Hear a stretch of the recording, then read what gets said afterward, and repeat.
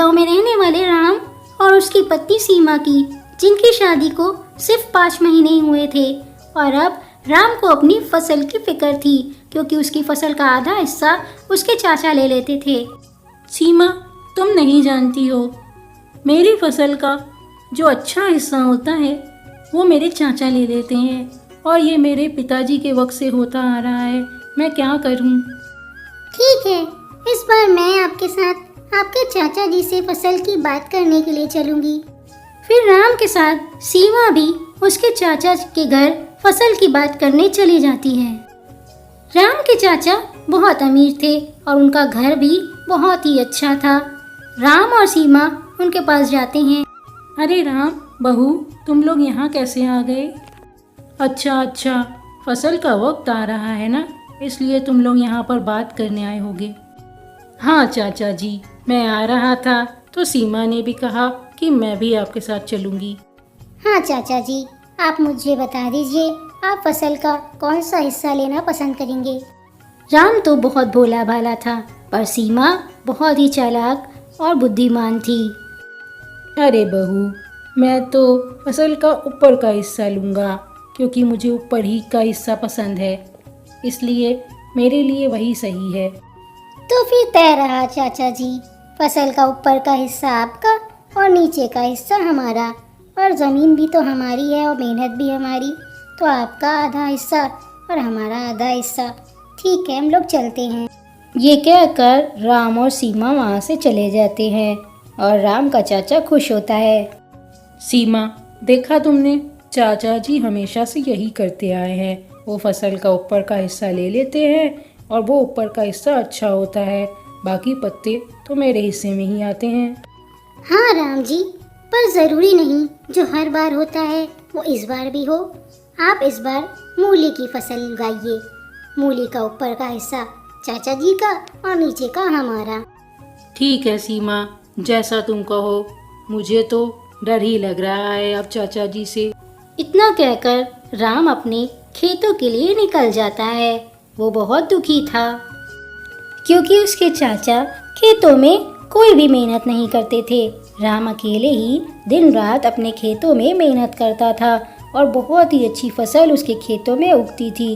राम के दिन रात मेहनत करने पर भी राम को वो नहीं मिलता था जो उसको चाहिए था। शाम होते ही जब राम घर आता है तो उसकी पत्नी सीमा राम से कहती है, आप बिल्कुल भी चिंता मत करिए और आराम से खाना खाइए, क्योंकि आज लगता है बारिश होगी। सीमा, मैं भी चाहता हूँ कि बारिश हो जाए ताकि हमारी फसल और अच्छी हो जाए। रात होते ही पूरे गांव में तेज बारिश होती है और बिजली भी कड़कती है, जिसे देखकर राम खुश हो जाता है। अरे वाह सीमा, आज तो बहुत तेज बारिश हो रही है, हमारी फसल बहुत अच्छी होगी। मैंने तो आपसे पहले ही कहा था कि इस बार फसल बहुत अच्छी होगी, अब चाचा भी कुछ नहीं कर पाएंगे। ऐसे ही कुछ महीने बीत जाते हैं और राम की फसल बहुत अच्छी हो जाती है। चाचा, इस बार मैंने मूली की फसल उगाई है, जिसके मुताबिक आपका ऊपर का हिस्सा और मेरा नीचे का हो गया। ये सुनकर राम के चाचा को कुछ भी समझ में नहीं आया। वो थोड़ी देर चुप ही रहा। अरे चाचा जी, किस सोच में डूब गए? आपका नीचे का हिस्सा नहीं है, ऊपर का है, और ये शर्त तो आपने ही हमारे सामने रखी थी, तो अब शर्त मानना पड़ेगी। ओ राम, तूने इस बार बहुत चालाकी की है, पर ठीक है, हर साल तू ये नहीं कर पाएगा। इस साल तेरी चालाकी काम आ गई और हर साल नहीं आ पाएगी। इतना कहकर राम के चाचा जी वहाँ से चले गए। वो बहुत गुस्से में थे। आज तुम्हारी समझदारी की वजह से मेरा फायदा हुआ, मुझे तुम पे गर्व है। कोई बात नहीं राम जी, ये तो मेरा फर्ज है। आपके अच्छे बुरे में मुझे ही आपका साथ देना है।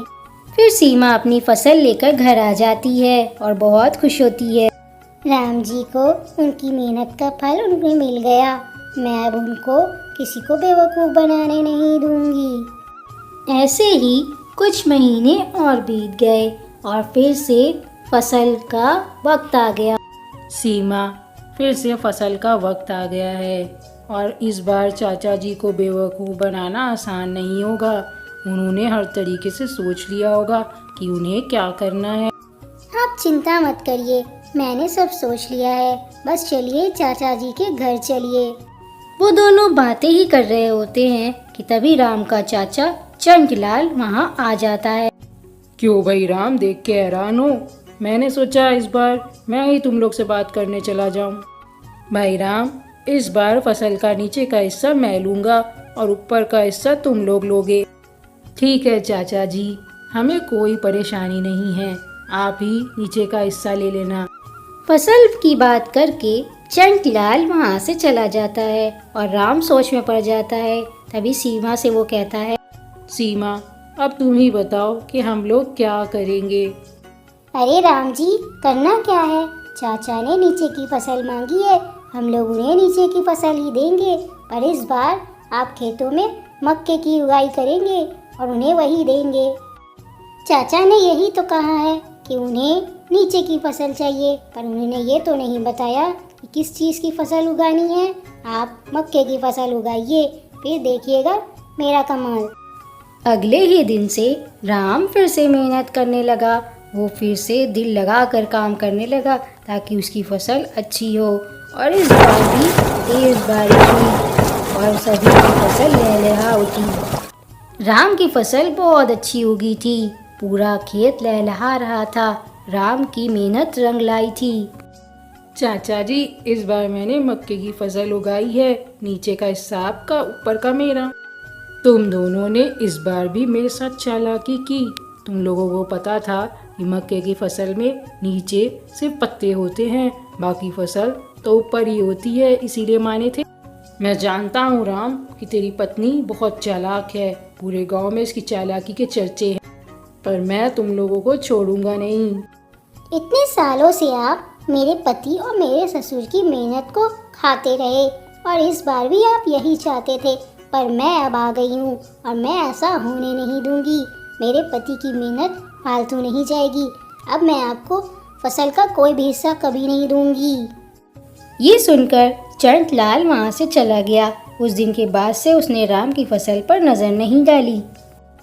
तुम्हारी वजह से अब मेरी पूरी मेहनत का फल मुझे ही मिलता है।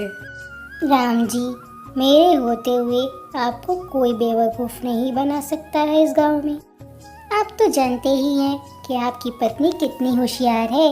मेरे होते हुए कुछ नहीं होगा। उस दिन के बाद से राम को अपनी फसल का कोई भी हिस्सा किसी को देना नहीं पड़ता था और फिर राम और उसकी पत्नी खुशी खुशी एक साथ रहने लगे।